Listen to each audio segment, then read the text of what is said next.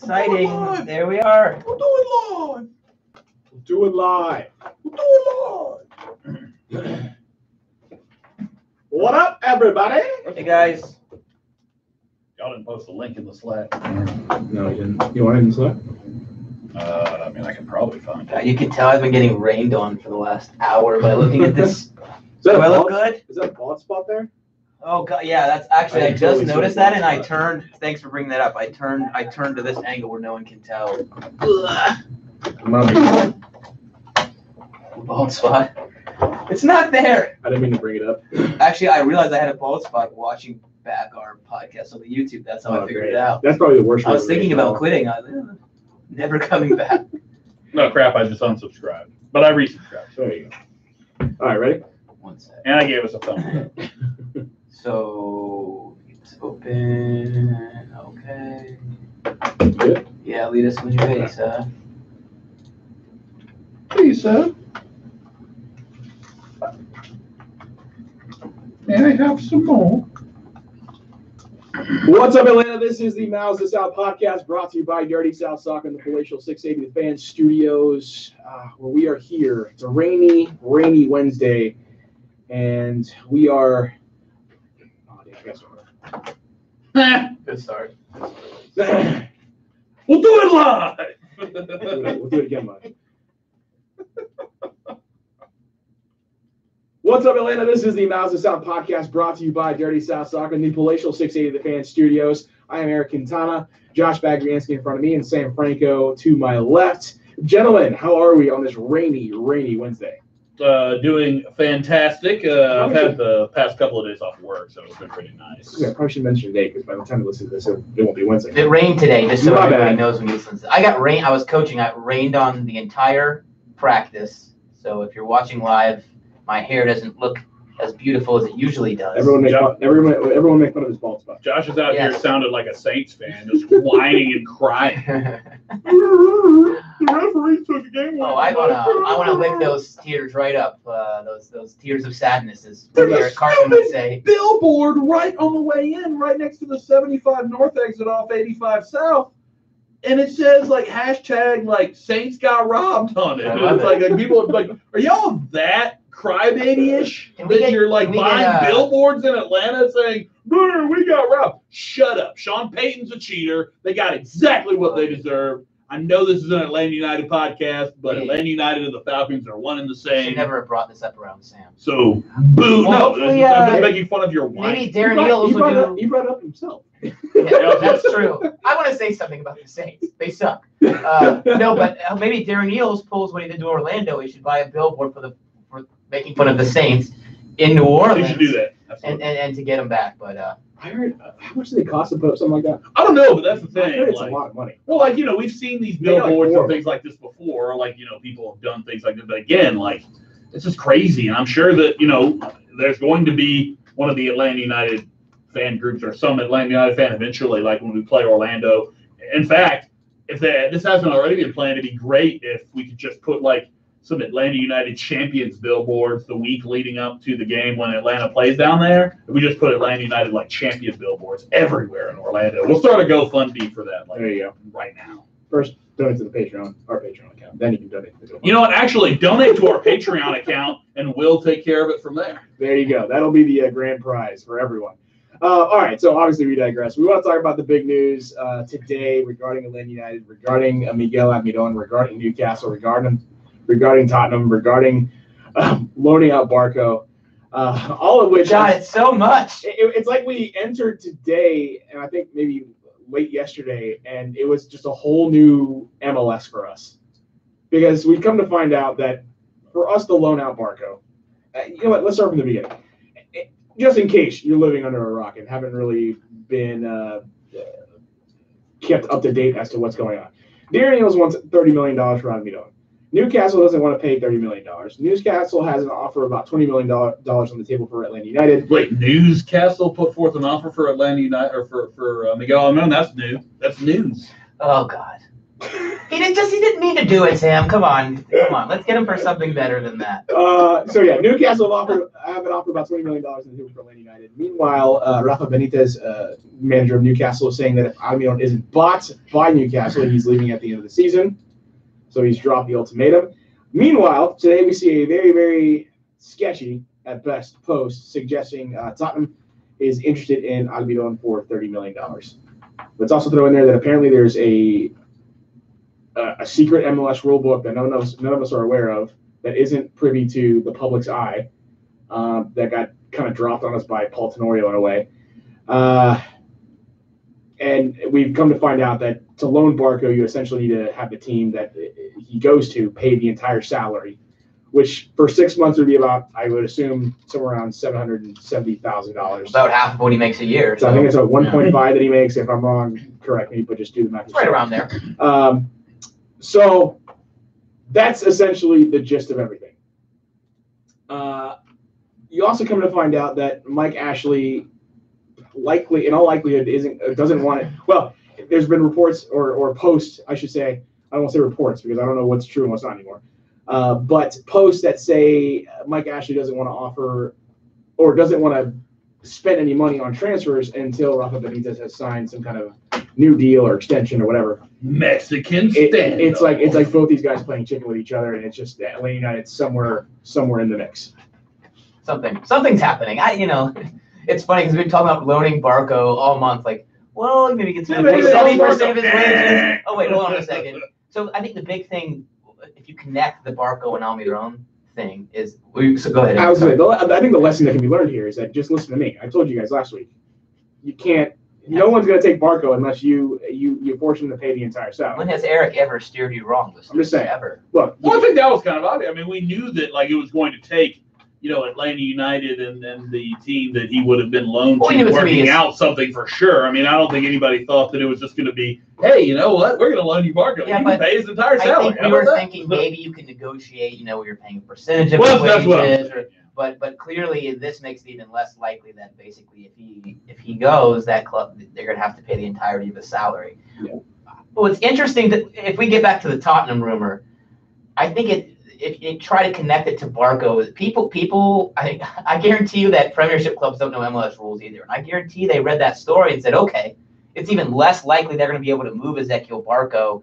We don't need to up our offer if I'm Newcastle, but then suddenly you see that story coming in for, what was it, $30 million that Tottenham were going to offer? It's very curious that the number attached to Tottenham is right at the number that Darren Eales wants. And Darren Eales just happened to come to Atlanta from where Tottenham. So, I mean, I think the big thing here, and I mentioned this on the radio show earlier, 7 p.m. Wait, we have a radio show? We do, 7 p.m. on Atlanta Sports X. You can listen live on the app, on your radio dial. 12:30 a.m., 106.3 FM. Yes. Yeah, what? Yeah, 106.3 FM. Those are the stations where you can listen.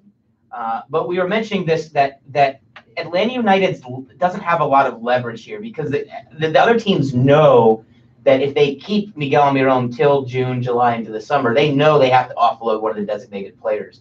They'll have seen this as well and say, it's even less likely now that you can unload Barco. And what do you know? Suddenly, Atlanta United, the only way they're going to drive through this valuation now is other bids coming in. You're not going to be able to just say, we're going to keep them till June. And what do you know? Suddenly a bid comes in for their exact valuation from a club where your president has a previous relationship. And you mentioned leverage, and I think that's a very interesting part of this because what MLS club in this situation, and look, we haven't really had this situation very often, so it's going to be interesting to see what leverage MLS clubs have because, all of these kind of behind the scenes dealings that we've talked about where the club and Miguel Almiron are like, okay, you're going to be for 2 years and we'll sell you on for blah, blah, blah, to blah, blah, blah, and then you'll get to Europe by playing for us. That's all well and good, but who knows that? Miguel Almiron. Miguel Almiron's agent. Miguel Almiron's agent probably tells that to Newcastle, being like, well, they told us they were going to sell him. So if that's the case, your leverage kind of goes out the window if teams know that, yes, you're looking to offload someone. Whereas if you're coming into it from a position of, we might not necessarily want to get rid of this guy, but what are you offering us? You know what I mean? So that leverage goes out the window when the clubs you're negotiating with know that A, the player wants away, and B, that you actually want to sell him. And with Atlanta United situation, we're talking about here the whole 4 DPs or whatever thing. Every club knows that. They know that Atlanta United's in a sticky situation and has to sell, so that does take away your leverage. If there's not a 3 DP rule, he's probably gone already, right? Absolutely. Because Newcastle would already know that we can't sit here and play the long game because Atlanta United would be happy just to keep him. If you could have as many DPs as you wanted, yeah, they'd have probably offered the 30 mil by now, you would think. Let's talk about another big part of this when we talk about leverage. And I think the way Miguel Almiron has behaved 100% professionally. He's been great. We saw the interview his agent gave that we talked about a ton last week. Scoring beautiful chips in training. And you didn't hear him come out and say the club is mishandling the situation. He needs to be gone now. And then you compare that to what happened with Kaku, this breaking news that came out today. Just they're basically like the player and agent are crapping all over the club. They're very comparable situations in the sense that you have a creative player who came to MLS, probably saw the league as a stepping stone. That's about how you handle it. And he wants to leave, and then you have New York Red Bulls rejected a transfer offer from Club America, said it's too low of an offer. So basically the exact same thing that happened with Miguel Almiron. With Almiron, you have the player being professional, showing up to training. Atlanta doesn't have a ton of leverage, but that gives you a little bit that at least he gets the impression that if worse comes to worse, he would be happy to stay until the summer. Well, I also think that's where Atlanta United gets their leverage. It's the attitude that Miguel Almiron has had, and it's also the look. I'm sure that it's not an ideal situation, and obviously they would have to figure something out if they don't sell Miguel or they can't find the figure that they want. You would imagine that. Look, a lot of this is speculative because I still think he's going to get sold. I've been paying enough attention to the European transfer market for long enough to know that, I don't get worried about this until it's like 24 hours before and nothing's happened. If that's the case, then you probably it turns into squeaky bum time, as they like to say on EPL broadcast. Well, honestly, that last 24 hours, I want to build a diagram. Actually, if someone wants to do this for me, I'll send you a prize. Diorama, what is this, community college? But I want to build a diagram or draw some kind of diagram as to who has leverage over who. Mm-hmm. Because if you look at all the characters in all this, there's so many different storylines and dramatic pieces to it that it's amazing. It could have its own television show. But this whole Newcastle thing too could be working in their favor in a sense because you can see the turmoil, kind of Rafa Benitez saying, "Hey, I'm out if you don't buy this player." Blah, blah, blah. There's a lot of pressure on Newcastle to do it, but that also might make Atlanta United, just that whole situation could not catch them off guard, but make them come into this a little off in their negotiations. Well, I'm looking forward to the last 24 hours because, again, we're going to see who has the most leverage over who. Because that's ultimately what everything's going to go down. You talk about the game of chicken. It's got to end eventually. Would Mike actually fold and give Rafa Benitez what he wants? Does Atlanta United, take a lower sum than what they're looking for in order to fit within the rules? What else is it? Does Tottenham come in and make a real play? Does anyone else come in and make a real play for Miguel Almiron? Who? That's the big part of this. Well, the last 24 hours are going to be awesome. Oh, well, there's a big difference here between real offers that come in and the newspaper invention of probably 10 different offers that never existed, but we're going to hear about. Well, I would say I don't think things are completely fabricated that come from newspapers often. I think they're right, except for the Sun. Well, let's not call them a newspaper. Let's not show them that respect. but someone's probably said something to someone, and in this case with Tottenham, it could have just been Darren Eales, calling it. Well, of course, and it doesn't even have to be calling the club. I mentioned this, I think, on the radio show.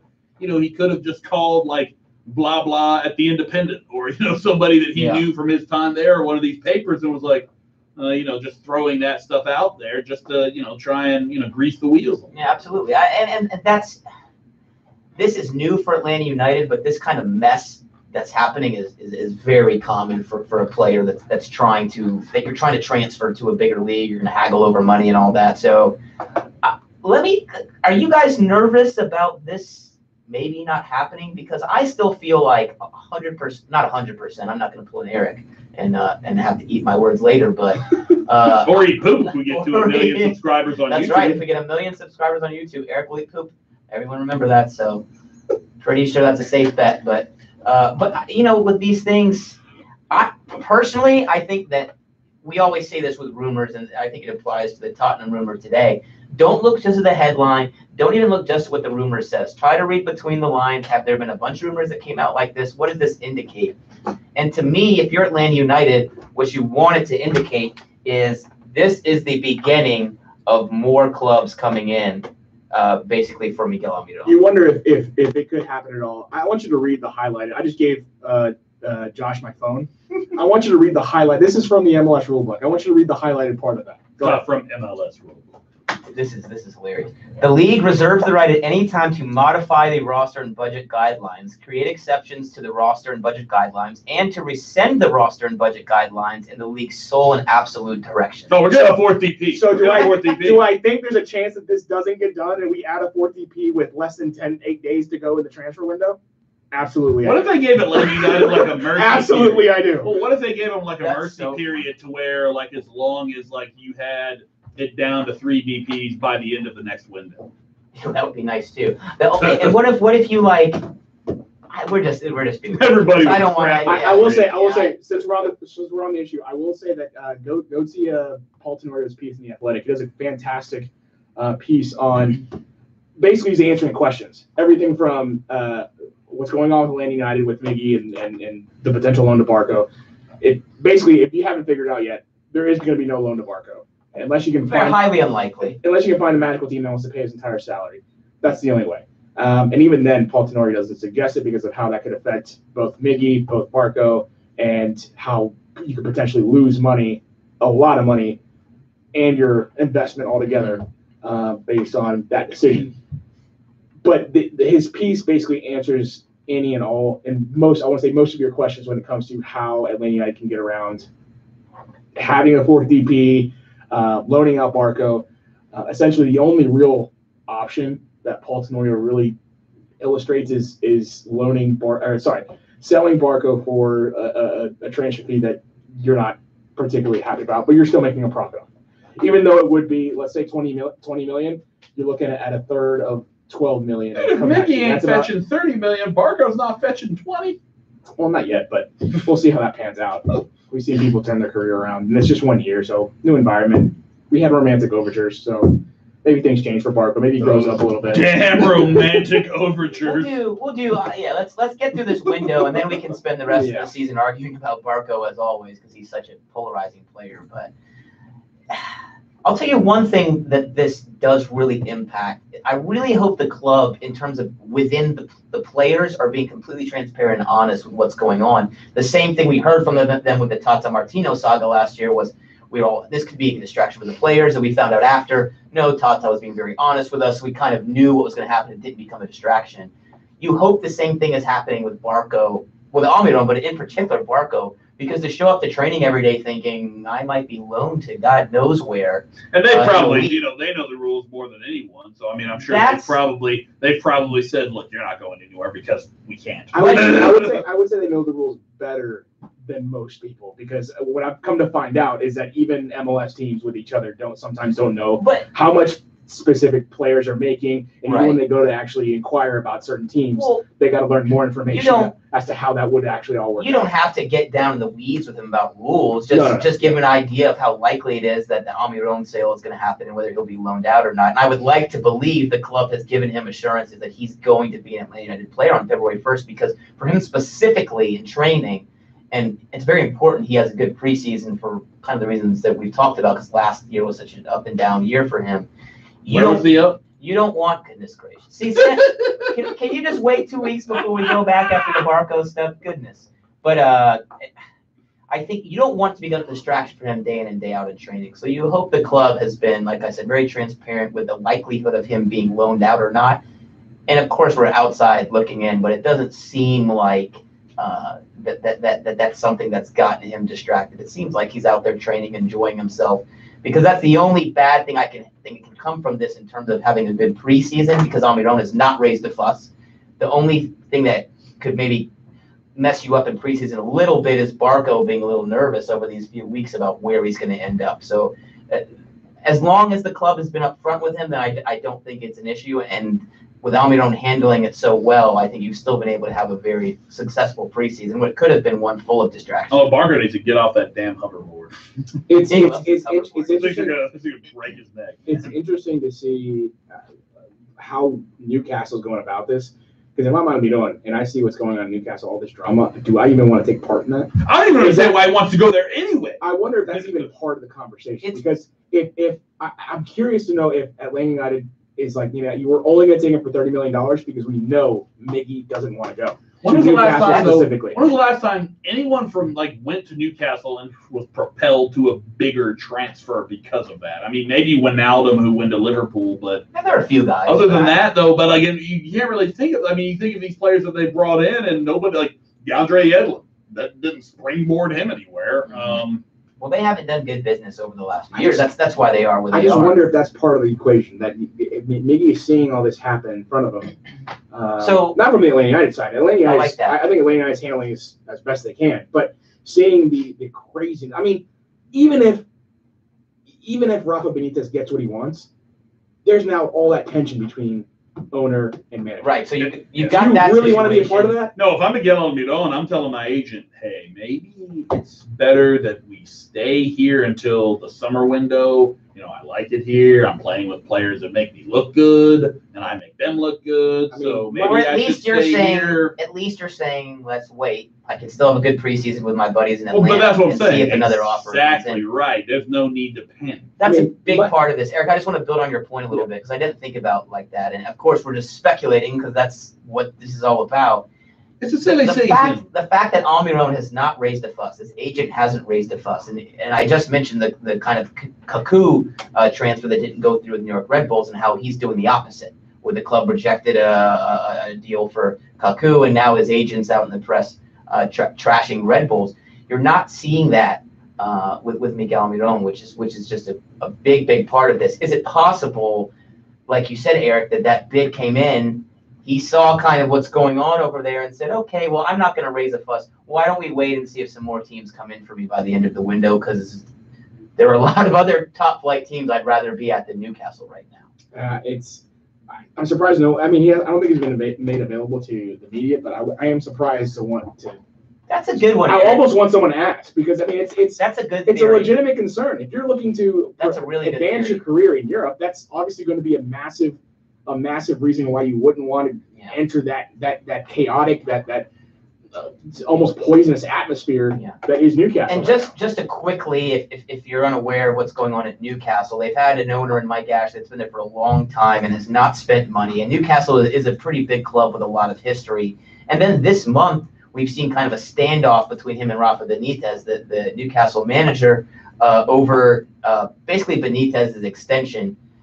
Ashley is saying, if you sign the extension, then I'll go spend some money and buy some players. And Benitez is saying, whoa, you buy the players first, show me you're serious, and then I'll stay. So that's aside from the Almiron part of this, there's this weird scenario at Newcastle where there's this big standoff between owner and manager over just spending money in the first place.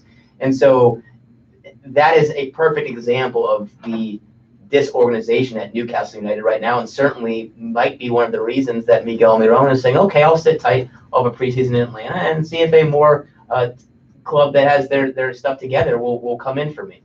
That's good, Eric. I try. That's like the best point he's ever had. I never thought about that. I do what I can for my podcast and hope that people enjoy. What was I going to say? Damn it. You got hung up with praise. I got hung up on it. See, this is what happens when you heap praise on Eric. You make him forget where he's at. Yeah, don't forget you said Tata was going to stay. True. Yeah. That doesn't fix assuming he doesn't want to go to Newcastle, building even more off of this. Mm-hmm. He shouldn't want to go to Newcastle, by the way. Then it doesn't really fix the 4DP situation, which if you add it, never mind. I'm not going to go that far. But I think I know where you were headed, and that's just let's just move on. I what if someone bought him, loaned him back? No, we paid all of his wages. Stop. I will throw my phone at you. MLS reserves the right to change. I implore everyone to go read Paul Tenore's article in The Athletic because it explains everything as best as he can. And the reason that he's as confident as he is in talking about this is because he is talking directly to people in the know. He's talking to GMs. He's talking to players, agents. He's talking to MLS officials. He's talking to coaches, GM, the front office people. So he's talking to these people, and much like we on Twitter and on social media altogether are kind of going back and forth with these different ideas, he's doing the same with the people who would know the answers to these questions, who would have the yes or no definitive responses to these questions and whether they would work or not. Exactly. Yeah. We're just throwing things up against the wall, and then we're basing our speculation off him because the rules aren't public. We later find out that there's a secret MLS rule book. Who knows? Yeah, no, the rules are not public, so you have an idea of what's going on. And my goodness, if some people had read some of the conversations amongst the Dirty South Soccer and the writing room of all the TAM and GAM, and I mean, I've never been so confused. We were trying to creatively problem solve. I can't wait till we start playing freaking games. I can't handle all this math. Look, 7 days? If this comes out tomorrow, that'd be 7 days, right? So 7 days from when this is released, when you're listening to this, 7 days. That's all we got left. We got 1 week, and then we'll have our answer. Miggy is staying. Barco is leaving. Miggy is going. Miggy and Barco are both leaving. Who knows? Who knows? I mean, with the rules, it's just so frustrating. I mean, because you're basically forced to speculate. But yeah, I do recommend that Tenorio article in terms of getting, obviously we don't know everything for sure because, like I said, the rules aren't public. But the general consensus is that it's very unlikely you're going to be able to loan out Barco because of those wages, which means option 1, option 2, and probably option 3 is find a way to sell me. We're absolutely going to figure out exactly who has the most leverage and obviously who wins in this on that last day. The next week is going to be awesome. Here's an absurd question for you. Good preface. Would you take a straight $10 million offer for Barco right now? No. If it meant you were going to sell Miggy for 30 in August. That's not an absurd question. That's a good question. I wouldn't do it. The thing is, it's a big if you get that 30 for him in August. I don't think it's just because I think transfer values go up in general in the summertime. I think trying to sell them in January is definitely making things tough. You're right, but here's the deal. What if Almiron tears his ACL? I mean, that could happen. Shoot, I could walk outside and get hit by a bus. This is why I don't necessarily want him out there training because I know there's a chance that he could stay, but man, if something happens, you don't want him to get hurt. Goodness gracious. Yeah. So we'll. You want to know why that chip looks so good? It's because no one was doing anything around him. I like the scenario from Dirty Bird Person in our YouTube comments. Miggy stays, Pity comes in, and Assad rides on Shadowfax while Star Wars plays in the background. Nice. I think the MLS might change the rules if someone comes in on Star Wars and they can. I don't know. Who knows? I can't do it. I want to talk about tactics. I don't want to talk about TAM. I want to talk about other boring stuff. TAM Gam. By the way, Shadowfax is one of the horses in Lord of the Rings. Oh, okay. Way to mess up your nerd reference. Yeah, let's see. You're all a bunch of dorks. But anyways, before we move on, we're going to be back here January 30th next week. Is Almiron here, or is he gone? Oh, he'll be at that point. He'll be here. He'll be here. We will not have next week is going to be fun. Should we push next week's podcast to Friday? We could do a transfer deadline special. We were just talking about how we're going to be watching Transfer Deadline special. I cannot wait on Transfer Deadline Day. If the Miguel Almiron drama is still going on, I cannot wait to tune into the Sky Sports feed. What time? We're live in Newcastle, outside St. James Park. What time would that all end here? Like 2 or 3 o'clock in the afternoon. Yeah. Oh, then I guess we could. I'll be at work. No, I think it does the January window. Yeah, it'll probably end at. I think it'll end up more like 5 or 6. Okay. Because if it's a midnight, yeah, you're right. But we could come in after and do it. I'm down for that. But I think 50-50. He's here January 30th. But if we're here next week and the rumor mill is kind of as dry as it is right now, then I'd be a little bit worried. I'm expecting to see quite a few more of these kind of Tottenham stories we've seen trickle through over the next week. Look, here's my take on this whole Tottenham thing. You guys have seen The Office, right? Absolutely. I've seen every episode like 5 times. Yeah, me too. I mean, pretty much. The garage sale episode, I think it's season 5.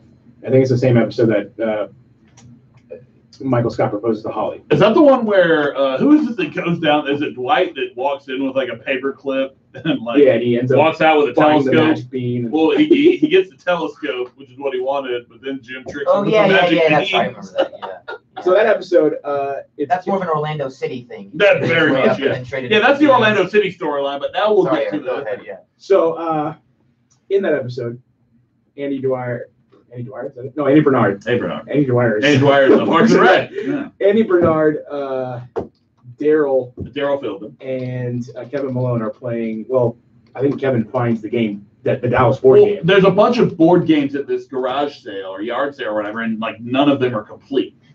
Like none of them have like all the things that they need to be played. Anyways, the rule book is missing in this game, so they're just basically making up rules as they go.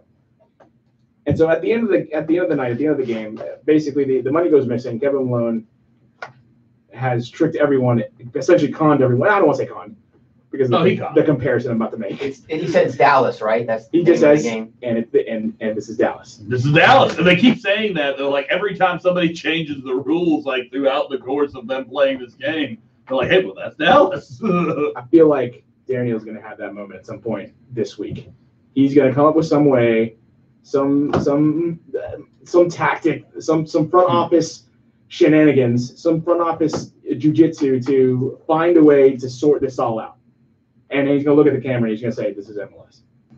Beautiful, of course. Which is what is it? Kevin who steals all the money at the end of it. Anyways, yeah. If you watch The Office, you know what we're talking about. If you haven't watched The Office, shame on you. Well, yeah, what is wrong with you? But we should do more Office references. I think. I'm done. Yeah, because I mean I watch that like every night before I fall asleep, I think. So I'm pretty sure nothing's gonna go over my head. We need more pop culture in here. That's not pop culture, is it? I mean, you're the resident old guy, so are you? I don't know. Are you the one to say that? I don't know. I just so tired of talking about transfers. Oh, let's talk about Pity. Pity finally arrives. Oh yeah, there we go. This is good stuff. What just happened? Pity finally arrives to Atlanta, 5:30 in the morning, I think it was. Met by a couple of Atlanta United fans. You can tell that he wanted nothing to do with any of these fans. But well, I think he was just tired. I'm not saying he was brushing him off, but you could tell by the look on his face, he was exhausted. Well, here's the thing too. He's coming from River Plate. We just saw what happened with the tear gas bombs being thrown onto a bus. He probably, and he's never played tonight. He doesn't know that those fans aren't there like waiting to throw a tear gas bomb on him. Do you really think that's what it was? Probably not. You thought in Hartsfield Airport. So you figured out that one, Orlando City was the rival, and then two, that they were just at Hartsfield International Airport throwing smoke bombs. I mean, he flew direct from Argentina. They somehow got it through security. That's a long flight. I'm sure that hey, you got to go through security where he was. I'm sure that he got some rest and looked back and said, "That's pretty cool." Especially in America, where maybe doesn't know a lot about the game here, but I'm sure he knows that the game is not as big as it is there. So I'm sure he was pleased to be at the airport. Did we get an official number on his transfer fee? I believe it is. I read somewhere it was 17 million. It was below his release clause somehow. Another "that's Dallas" moment for Darren Eales. It was reported that they got him. You got him for below his release clause. Are we just going to refer to those moments as "that's Dallas"? Yes. Let's do it. Done. It's like, oh wait, green cards? That's Dallas. That's right, exactly. Green card. So, but great to have PT. What's the deal with the announcement? I mean, do you think it's work visa? Because you can have we talk about 4 DPs. You can have them in training. You don't have to be roster compliant until March. I think it's leverage. If you want to go back to that, we don't have to go back to the conversation. But quickly, yeah. Ultimately, it's the leverage of he's not officially on the team. I don't know what you're talking about. Who is Pity Martinez? I guarantee you that's the conversation. Of course, that's having with people. Yeah, I'd say that. I'd say it's leverage, and I'd also say it's optics. I trust Darren Eales to say it in a way where it's not lying and it's not necessarily a bluffy. I don't know. He's gonna find a way. Who dropped the DP tweet on us a few weeks ago. He's gonna find a way to make you think that there is a possibility. He can convince anyone of anything. I'll put it that way. He can convince you, even with all the news and. Wait, he's Billy McFarland? He can, there you go. But actually going to follow through with it. He can convince you that Pity Martinez is not a Atlanta United player. I mean, he's not going to return to the island and try and steal merchandise from customs. He is not the third DP. Fourth DP, sorry. Despite River Plate's president and PT confirming it. He needs to get into training, doesn't he? That's I my mean, thing. for me, I would get him in there. I mean, everyone knows what's going on.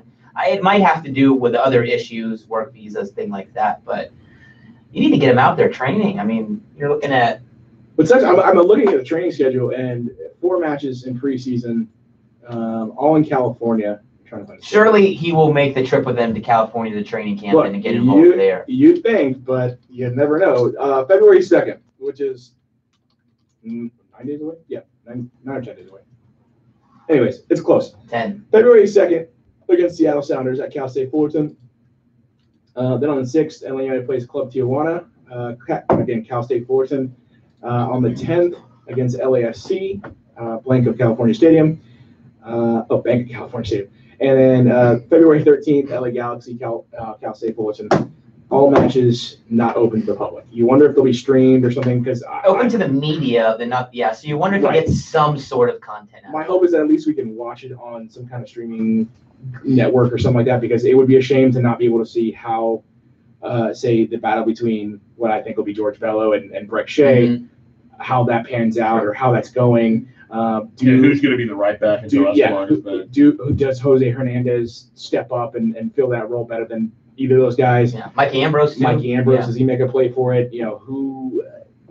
How does Pity fit? How does that look assuming he goes, how does that fit into everything? Well, not even more general than that is, how does Frank DeBoer set everything up? How does he play? How does he ask his team to essentially facilitate winning matches?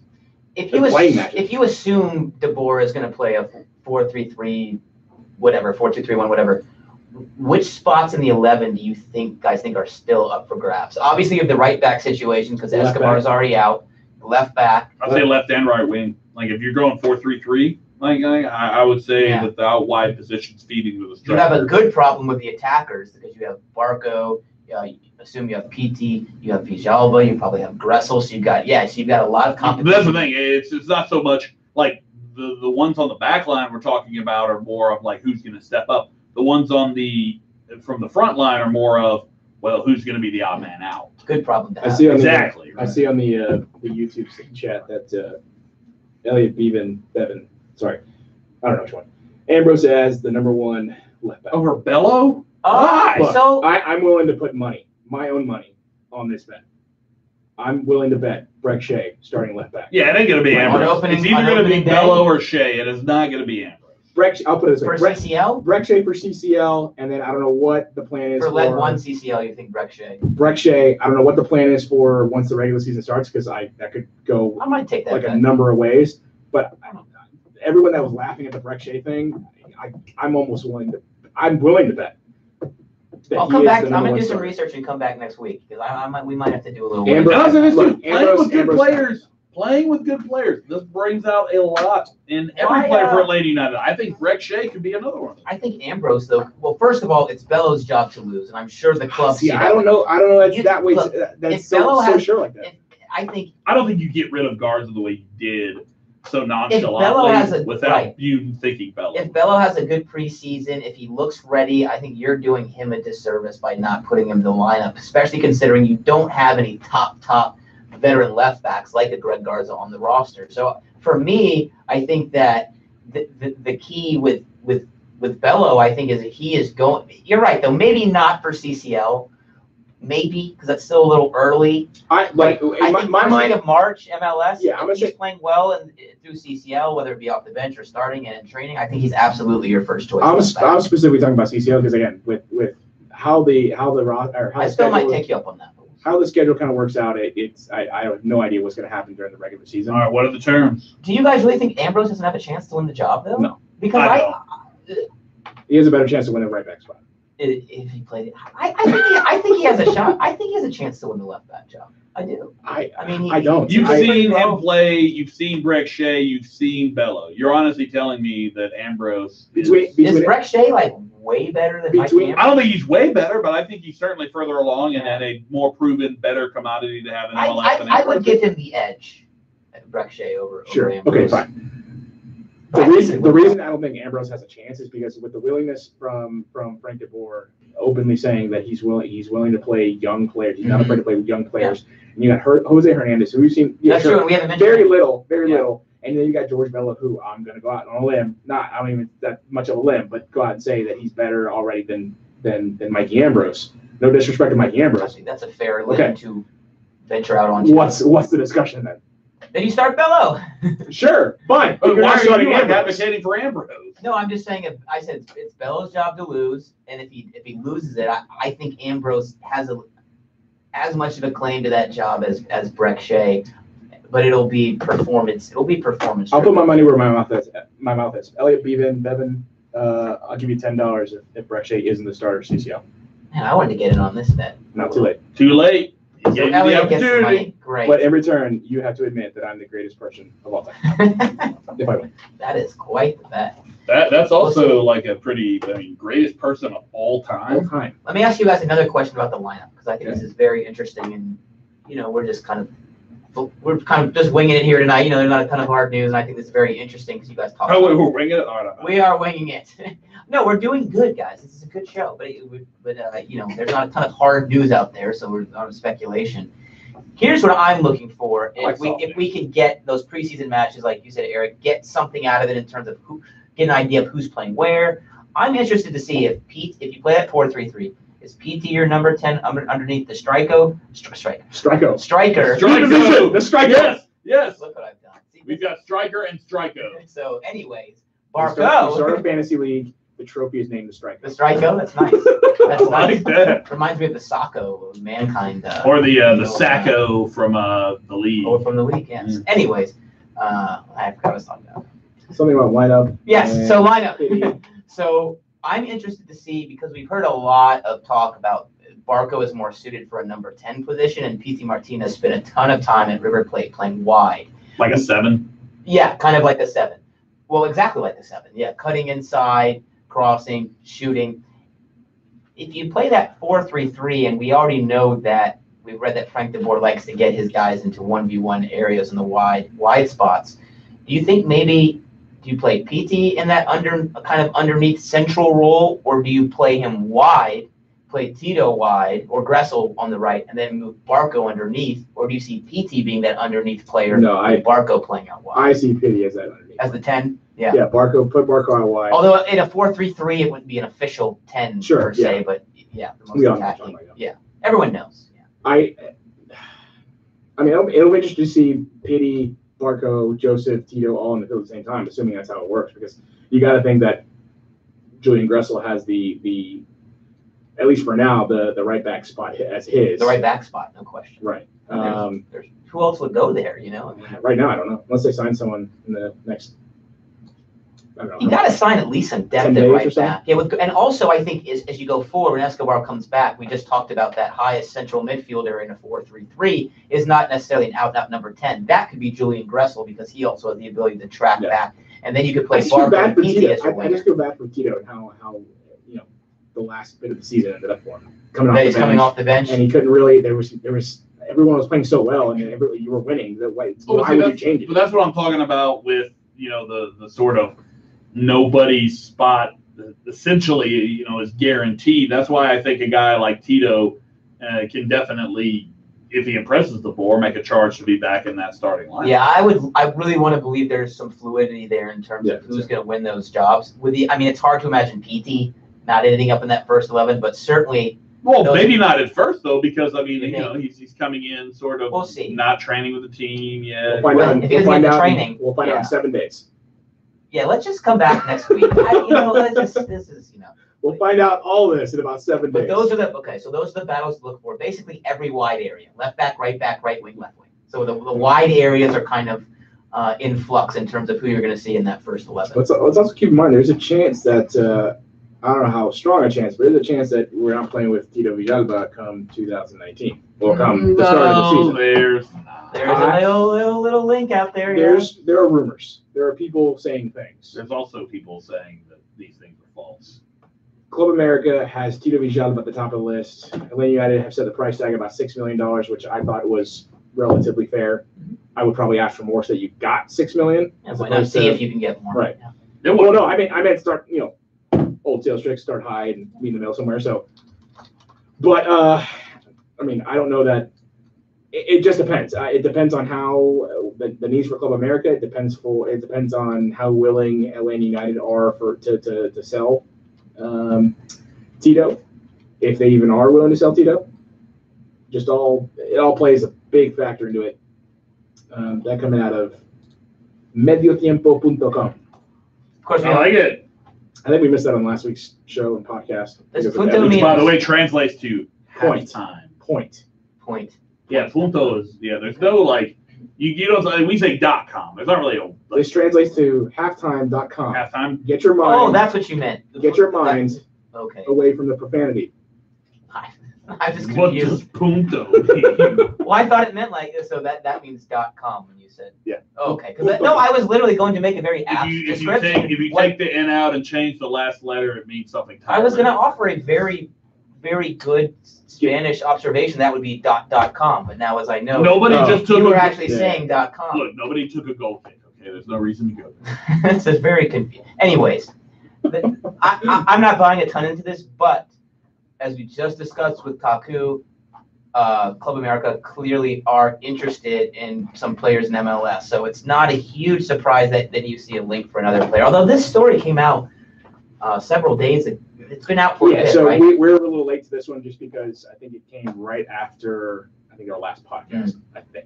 But it is interesting, I think, if you build to today, right. It's just something to talk about. that maybe they had turned their sights to Kaku. Now he's potentially not coming. Do you look for a Tito Villalba after that? We'll see.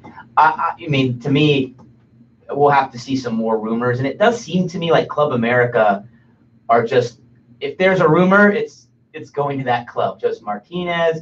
We go way back to Tata Martino signing for Atlanta United, and suddenly there was rumor he was going to go to Club America in the final weeks before I believe Tata signed here. So the link is that I believe at the time that Tito was loaned out to Club Tijuana, Miguel Herrera was there coaching the club, and so he got at least a first-hand account as to what Tito was, what he could be. So that's the link. Now Miguel Herrera is at Club America, so. we'll see. Yeah, I mean, I'm not saying it's a real thing. I'm waiting it's more on it's that something. one. It's something that's out there. It's out there. Yeah. You guys want to answer some Twitter questions? Yeah, we got some good ones this time. All right. This one comes from Championship Trains.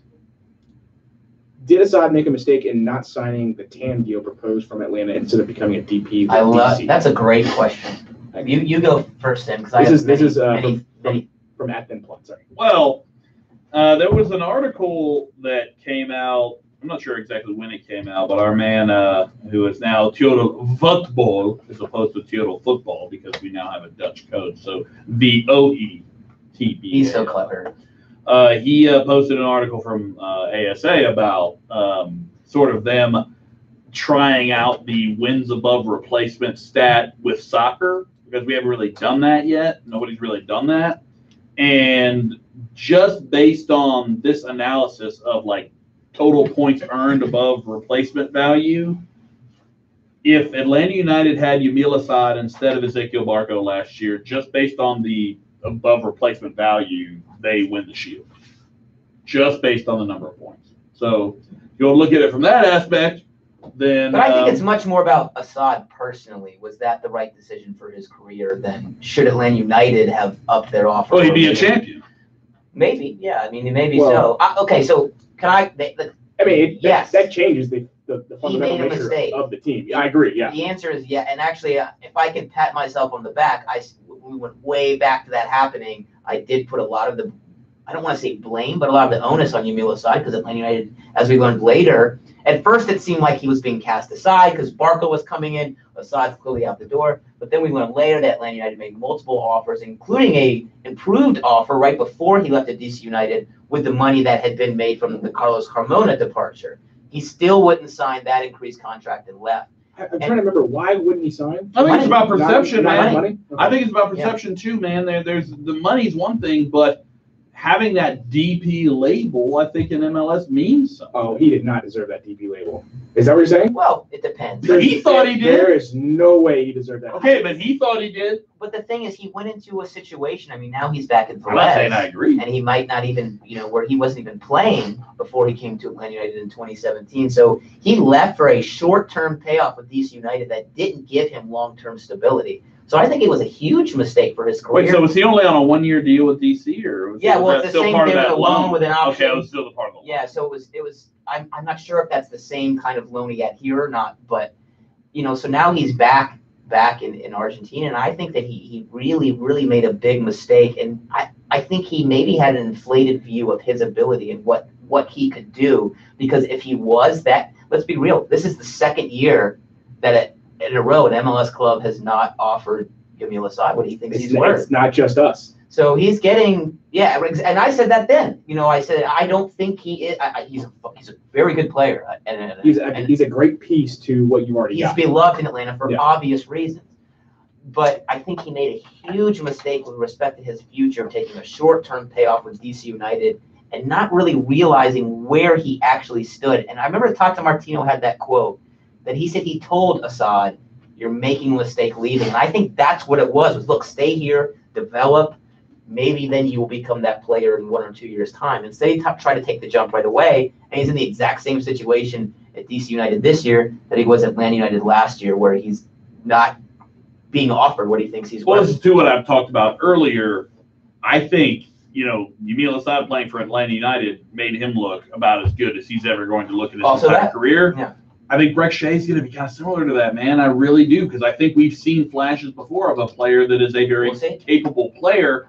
And I think it's the same, Yamil Asad obviously looked a lot better under the, playing with Atlanta United. But he looked okay at DC, didn't look as near as good, I think, overall as he did with Atlanta. And I think that, a lot of that's going to be maybe an attractive, and if I'm Atlanta United, I'm pushing it like that. I'm saying, if you're trying to get, not DP level players, but the rest of the guys that are filling out your roster, you're saying, you can go play over there, or you're going to play for us. Look how good Yamil Asad looks for us. And just a quick update on Yamil Asad, because it's still possible that DC United could come in this window with an offer, but basically you've got the DC United GM, Dave Casper, today saying talks are ongoing, but Ben Olsen says they'd like to thank him for his service at the club. That's kind of how Tata's language, we started to look at the way he was talking towards the end of his tenure with Atlanta United, and how there was one, I think, press conference in particular where he started, like, when he was talking about Atlanta United, all of the pronouns, like adjectives or whatever he was using, were past tense. Mm-hmm. Yeah. And I think that's, you start to see that kind of thing. And if you see that from, DC United's perspective, it's like, yeah, maybe he comes back, but we are appreciative for everything he's done. Exactly. I mean, when you hear stuff like that, and there are actually a bunch of stories that came out today about this, about how DC United claimed they did everything to keep him or whatever, but in the end, they did not offer what Yamil Asad thinks he's worth, and he needs to realize this is the trend, not people underbidding for me. It's kind of crazy that he left to try to get more money, and now he's in a situation where he's going to probably get offered even less. Yeah, you got to think he has absolutely no. Well, you take that gamble, man. He gambled on himself, and it didn't pay off. I would be willing to bet that's exactly what Tata I'm willing to Martino bet said. I'm willing to bet he got some bad advice. Yeah, no, and I would, more than anything, I'm willing to bet he got some bad advice. Absolutely, and I would bet you that Tata Martino said exactly what you just said, Aaron. Well, look, his dad's a former player, Yamil Asad. So, I think he's a legend at the that's what I'm saying. Is, yeah. So, just that sort of mentality and having that I am royalty kind of vibe, maybe just a little too arrogant. I never got that sense from him here. But no, I didn't. But I mean, we're starting to read between the lines and see his attitude and how he's reacted to different contract situations, and we're starting to see that maybe he is. To be fair, I mean, I there are plenty of guys with very good attitudes, good teammates that, when it comes to how they do their business in terms of contracts and stuff, then maybe try to get every dollar they can. Yeah, I think Yamil Asad's attitude as a player is just fine. Well, no, this was off the field. I wasn't talking about the on the field. But I think off the field he's fine too. I mean, I just think he's. Well, I just meant the inflated sense of self-worth. Yeah. That, So what like do you guys, said, could be coming from bad. You think it could be an agent issue? It could be that, like you I think kind of it's said, familial. Sammy, his dad is a legend, so maybe he has an inflated sense of where he stands. That's what I think. Anyways, great question. That was the exact question I wanted you to ask from the Twitter, because I really From do the think Twitter, we're we're going to getting- ask us a question from the Twitter. we're getting confirmation in the last week or so that Tata Martino was absolutely right that Yamil Assad made a mistake in leaving, and in the end, Assad took someone else's advice, and now he's in the exact same situation he was before he came to Atlanta 2 years ago, in flux with his parent Clay Velez. What else you got for from that there Twitter? I'll probably anger some people, but I'll never believe the numbers and how accurate they project a player to be, or explain that a player is at the moment or whatever. I don't know why, but when it comes to soccer for me, whatever, the numbers absolutely do not matter. I just like putting eyeballs on a guy. Just like me. All right. This comes from LB Man. You're stranded on a remote desert island in the South Pacific with no contact, food, and the long-term possibility of making your way home. What? Which three Atlantia? You're supposed to read the question before you ask. Why did you read a question from LB Man in the first place? Read the questions ahead of time. You're stranded on a desert island. Pick three Atlantia players you'd want to be with. Okay. And there's a possibility of getting off the island. You said there's a long-term possibility to make your way home. Okay. Brad Guzan, because he's a downright savage. So we're in a castaway situation here. You just want the most savage guys, right? No, you probably need some brains. Well, you need a little bit of both, because you got to build. In Castaway, he had to build that whole raft or whatever. I also want someone I'm going to enjoy my time with. I feel like you need one wild card though. Would it be McCann or would it be Guzan? I feel like out of those two guys, that's your wild. Like McCann's out for me. Guzan seems pretty cool. Guzan I put in there. McCann's out. Lorenowitz is out. Thank you. Joseph's out. got no. Joseph's in. Out. Joseph's in. He's got the attitude to survive on the island, bro. That dude will kill me for food. You think he won't kill him for food? Oh, that's your problem. I was gonna say. So we got Joseph. Oh no, but you. Well, who are your three here? I'll hang out with. Because I'm thinking about not just survival, but who do I want to just be around for that? It's a little bit of both, right? Because you might not make it off the island, right? You want to have fun too. I don't know. Maybe Julian Gressel. He seems pretty cool, down to earth.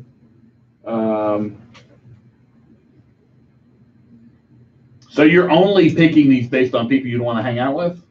Yeah, I survival skills. I tend to agree. I tend to agree that most of these people are smart people. I also just want to enjoy the time while I'm on a stranded island. I want to be able to crack jokes and hang out with people with a little more personality than look. Jeff Lonowitz, I've stood in front of him 100 times, and he answers every question. I mean, have you seen a Brad Guzan interview? LB man, if you're listening, he's a little more. I hate you for doing this to our podcast. He's a little more animated. I'm taking LG. We said the same thing about Carlos Bocanegra. You listen to him in an interview, and it just sounds a little dry. I'm taking LGP. I'm taking Joseph. I'm taking Breck Shea because we could use his pants as lots of different and height. Of things. It you might need height. It could be a parachute. You could float across the ocean on him. Yeah, you could. Breck Shea might legitimately. You could turn it into a tent. Like survival knowledge. Oh, that's a good point. How big are the pockets in those pants? He's got to have something in there that you can use. He probably has a book like a survival kit. All right, I have reworked mine here. Joseph is definite. You need the wild card. I feel like Joseph. Got to take Joseph. Yeah. Breck, because again he's tall. His goofy self probably has some sort of survival. He probably knows how to cook, food out of leaves or something. And I really think the accuracy of Kevin Kraft's free kicks would come in handy. All right. He could ping a note across the ocean or kicking something. Coconuts out of trees. That probably takes some sort of accuracy. So I would bring Kevin Kraft just for the accuracy of his free. Another good question. I don't know if that'll help me on a desert island or not. And LB man, you're gonna pay for that. I think mine would be Julian Gressel. Gressel's definitely in Gressel's in there. I want to say I go with Miggy. Miggy seems cool when he's off of. I would definitely have taken Kenwin Jones if he were still on the team. Oh, Kenwin Jones. Because he's from the island. He's like, the island's like yeah, exactly. I was never a fan of Kenwin Jones. Hate him. Well, Eric's not wasn't his fault. Hey, you think Joseph's going to kill you over food? Tito will be the one that killed you over food, Eric. The things you've said about him. Probably just kill me anyway. Yeah, maybe, yeah. I hope he just listened to the part where I don't want him off the team. I don't hate him. I think he's valuable to the club. Those are all things I said. I mean, Jeff Morinowitz might be a good guy to bring along. Eric says he's too boring. Yeah, he's a little too. I'm just saying, he's been around for a long time, been around MLS for a long time, learned a lot of probably veteran. Look, I interact with these people for 10 minutes after games. So I don't know exactly what their personalities are like, but just based off those interviews. Some people are a little more God, Eric's not going to be making jokey any friends with Atlanta United players anytime soon. and These guys are just weirdo, boring personalities. and appear to have a little more personality than some others. That's all I'm saying. That's with every. Matt Ryan, I probably wouldn't want to hang out with because he's the most straight-laced professional person I've ever met. You give him an idea and he'll tell you why it's a bad idea, or why it may look bad or whatever. I don't know. Anyways, I'm disappointed by comes from Zach Lane. I'm disappointed by the lack of Mexican teams in our preseason schedule. I'm not sure Seattle and LA are going to get us to speed with Monterrey. Thoughts? And he also follows that up with saying, I was hoping for more like 3 matches. So here's the thing, man. Let me just jump in real quick here, Josh. I kind of am going to answer this the same way I answered the American Family Insurance question when they jumped on as a sponsor and people were freaking out that it wasn't some local company. You can't force Coca-Cola to be your jersey sponsor, or you can't just be like, hey, y'all be our jersey sponsor. And if they say no, I mean, that's kind of how this is with scheduling. You can't, you've got Jolos, which is good, but you can't just go up to teams and be like, hey, play us. They have to agree to it. So this is all about scheduling. I'm sure they tried. I mean, they got one. I think it has more to do, the preparation is more about having the training camp in California in kind of a different climate. That's a little bit more similar than the cold, rainy Atlanta right now. I don't think you need to, particularly in preseason, I think you're worried a lot more about your team, your sharpness than maybe because the style that you're going to see from Herediano is not some crazy unique style that you can't prepare for without playing a team like word, that. By the way, Herediano. Some people say the H, and come on, people. Herediano. I can't even do it. But it's. I think that with respect to the question, I think that was taken into account, but it's more about the fact that you're in California for camp than it is about playing a bunch of Mexican teams before you play against Herediano. I really do believe that it's much more about preparing yourself than necessarily playing teams that play like them, because it's not going to be that different. If you're still trying to figure yourself out, I would much rather do it against teams that you're matching up much better against, and you're going to see more often. Well, yeah, you should see more often than a Liga MX. You're going to look the Liga MX MX teams that would say yes to you. They're going to send their young guys. They're going to send the guys. It's a friendly. I mean, right. They're going to send guys that they want to see what they got against quality of opponents. Yeah, the MLS team can do that too. There's just not as with Atlanta United. You're trying to figure out who's your best starting 11. Mm-hmm. So you're going to start Joseph. You're going to start Miggy. What a pity, whichever. Tito. You're going to start Julian. You're going to start Parkey and LG. You're going to have your normal starting. Well, as much of your normal starting 11 as possible, or what you think will be your starting 11, and then you're going to work around the pieces that are missing, like your left back, like your right back. Depending on what Barco does.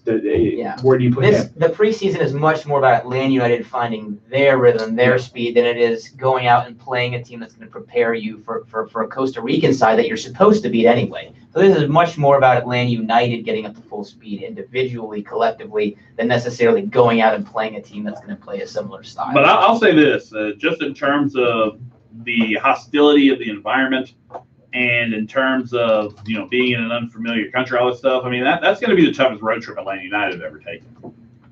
Oh yeah, I mean all the way down. I mean that's a ways off. Probably slop. Yeah. I mean the locker. I mean, look, your home stadium is Mercedes-Benz Stadium. I think they're still unsure if they're going to move it to Saprissa Stadium. But still, I mean, either way, I mean, your home stadium is arguably the best stadium in the world, and you're going to some Central American. The facilities, everything's going to be different, way below what you're used to. I mean, they played at DC United, so. Oh, before out. Yeah, I mean.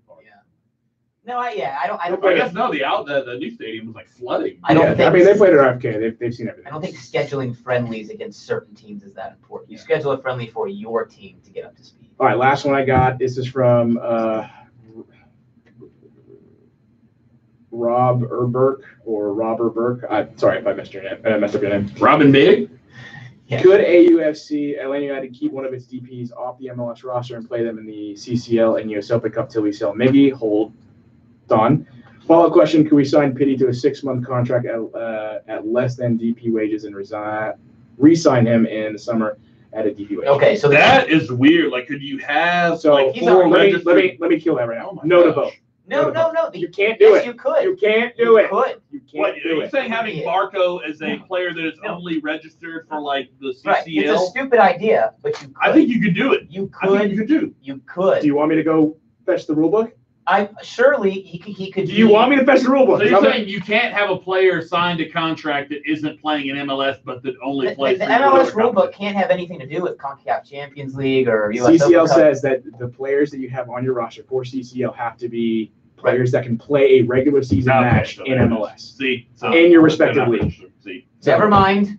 Can we If you edit that don't- last part out? If you don't qualify for an I think MLS match. because it even maximizes and emphasizes Okay, the ludicrosity, if that's even a word, of MLS and their stupid rule book and even their fake rule book. Not only if that was, not only would that, okay, so it's not even possible to do that anyway. According to Okay. Bolton Order, it's not possible. And then PT is, let's be real, he's already signed a contract. Yeah, He's not gonna, Yeah, that contract is like oh, by the way, how about you take this, he's what 25?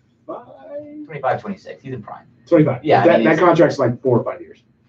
Yeah. They're gonna It's not that bad. if he's going anywhere, they're gonna sell him for a It's lot. Almiron or Barco out, end of story. Ludicrosity is a word, by the way. Good for you, Sam. Is it really? It's just the act of committing, I'm multiple gonna try to squeeze that word in next week sometime. ludicrosity. Yeah, that's good. That's our new word. You want to take some more from YouTube real quick? Yeah. I do like, by the way, on YouTube, LGP is a terrible person to be stranded on the island with because he'll get all the women. He's a happy married man with a kid, so I think that's off the table. Yeah, but if you're stranded on a desert island, I mean, I feel like, Hey, commitment is commitment. no I matter where wouldn't you want are. to take a lot of those Atlanta United guys. So, yeah, If I was do your competing parts. for women. speaking of ludicrosity, you ever heard the Ludacris song Area Codes, man? I did. It's a strong message. He didn't know what I thought meant. I don't know if he heard it though. It's possible. I don't know if LGP has heard it. You thought we were just 770 and 404? We're worldwide. Any rumors on Nagby leaving? I haven't heard anything. Have you guys? No. Oh. Why would he leave? Where does Remedi slot in your opinion? There's a good question. Remedi slots in exactly where he slotted in last year. I'm going to be honest with you. With Jeff Lorenowitz, and what is Lorenowitz's contract situation? Like, I think he's locked up for another But year. don't I worry. think he's on year-long deals. I don't know how much Frank DeBoer is going to like Jeff Lorenowitz. I don't think Remedi. So because Remedi, I think Remedi will Remedi- get way more chances early on than Lorenowitz. Remedi played two different positions last year. He played when he played next to Laurentowicz, he was more of a box-to-box guy, and then we saw him in the postseason with Laurentowicz playing in the back, and he was but playing time more out. of a We're- proper CDM. We're assuming that everyone's healthy.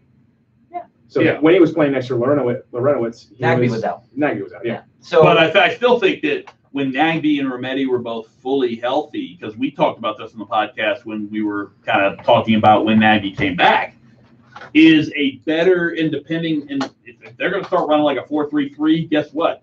That two-man CDM thing that we've seen for a while now is gone. Or at Look, least I don't think that he's not gonna. I don't think Frank DeBoer is going to take the players he has on his roster and then try to fit them into what he wants to do. I think he's going to pick what he wants to do Sure. with the players. So that means it's a little bit of both. that means 2 CDMs.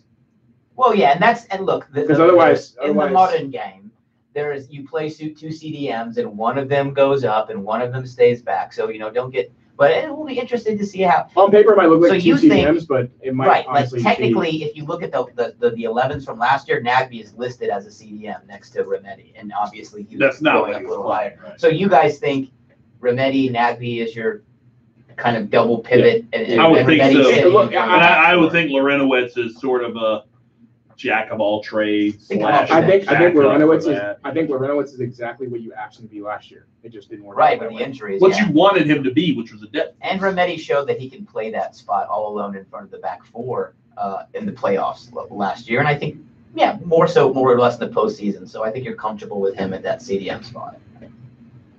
Matt Ryan is Tebow without the preachiness. Is that true?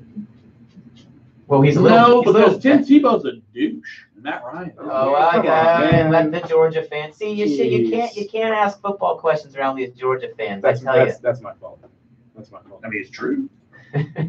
I don't know anything about any other sports, so Yeah, me neither. I'm not good at that stuff. I will say that if Yeah, me neither.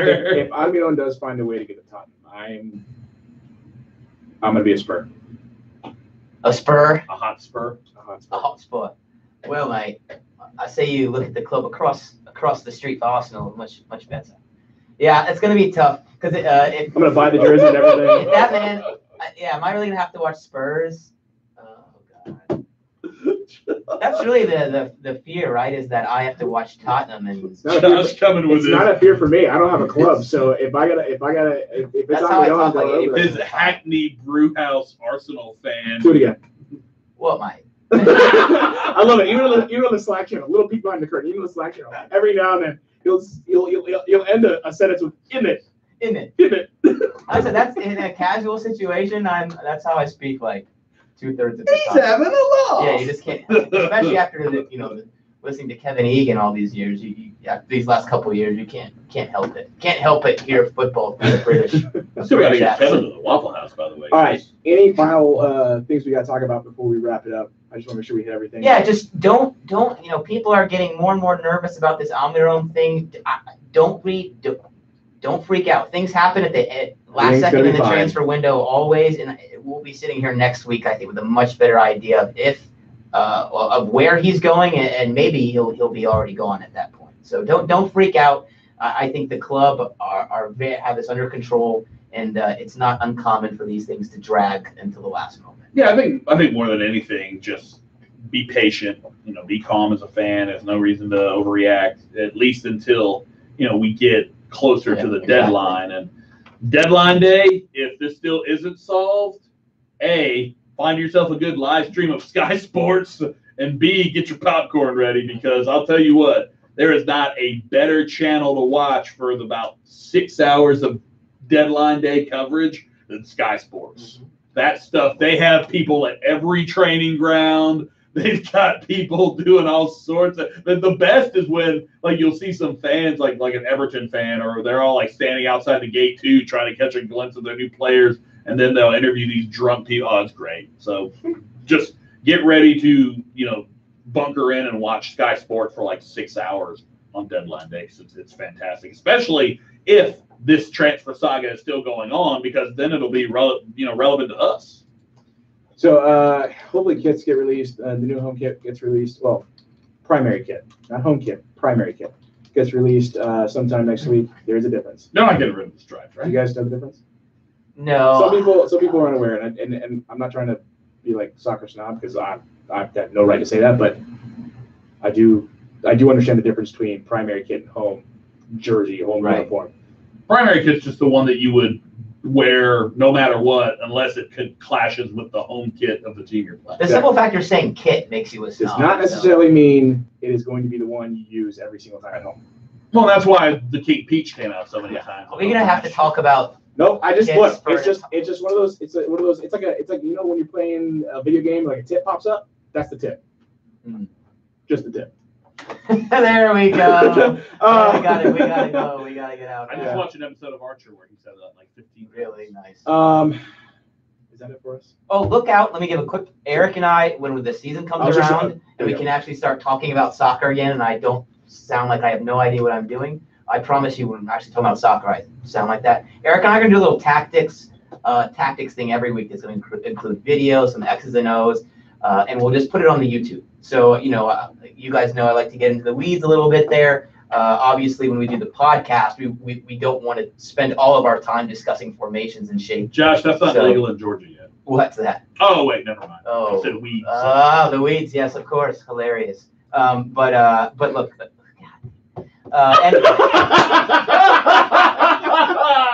Anyway. Yes. Anyways, yeah, we'll do a tactics thing probably every week, maybe bi-weekly. And we can it's going to include video. We're going to have, like I said, we'll have a whiteboard out, X's and O's, so you can look forward to more content from us when the matches actually start happening. It's all about that hashtag content. We're actually going to invest in some equipment for that, and so if anybody wants to buy our webcam that we have now, hopefully gently used. Hopefully we'll part of the way that works is that we got to get the donations at Patreon. We know you want people. MOTS Podcast. No, Patreon.com/MOTS Podcast. We're going to invest in some new equipment so that we can give you more content on YouTube and just make your Atlanta United fanship supporter group experience just even better than it is before.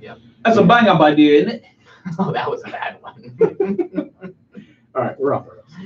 All right, so yeah, patreon.com/MOTS Podcast. If you want to donate, donate as little as much as you want, and Usually you start with as much or as little as you want. Every little bit counts and certainly helps us. I'm efforting the radio station. I hope we will know tomorrow, but we're going to do some kind of prize when it comes to the radio show we have that will include the three of us and some lucky listeners that are listening to the radio show. How lucky? We'll see how lucky. They're gonna get some goodies out of it. I'll put it that way. Nice. So And you get to hang with us. well, that maybe is less cool for them. Don't Maybe just the free stuff. That's way less cooler. Way less. I don't know if that's a word. It's way less cool. So how can they find you guys on social media, guys? You can find me at JoshB914 on Twitter. My Pinterest page is, no, I'm just kidding, at Sam J. Franco on Twitter. And, we're on Instagram as well. I'm at SFranco2. Our page is at MOTS Podcast. That's one thing this year, going to games and things like that, I do want to step up. You guys are talking about content. I think we will be stepping up our Instagram game in terms of things like that. Doing things like that. One thing that I thought, just any sort of content. I mean, there's so much different stuff we can do. So anything you guys would like to see us do, Should we step on Home Before Dark and create our own network? No. What's it called? Fantasy League.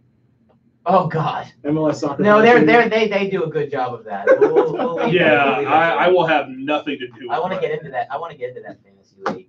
Where are you at on Twitter, Eric? I think it's exclusively too. Oh, at Sam J. Franco on Twitter. Oh, yeah, right. Home Before Dark listeners. So I don't know if you're allowed.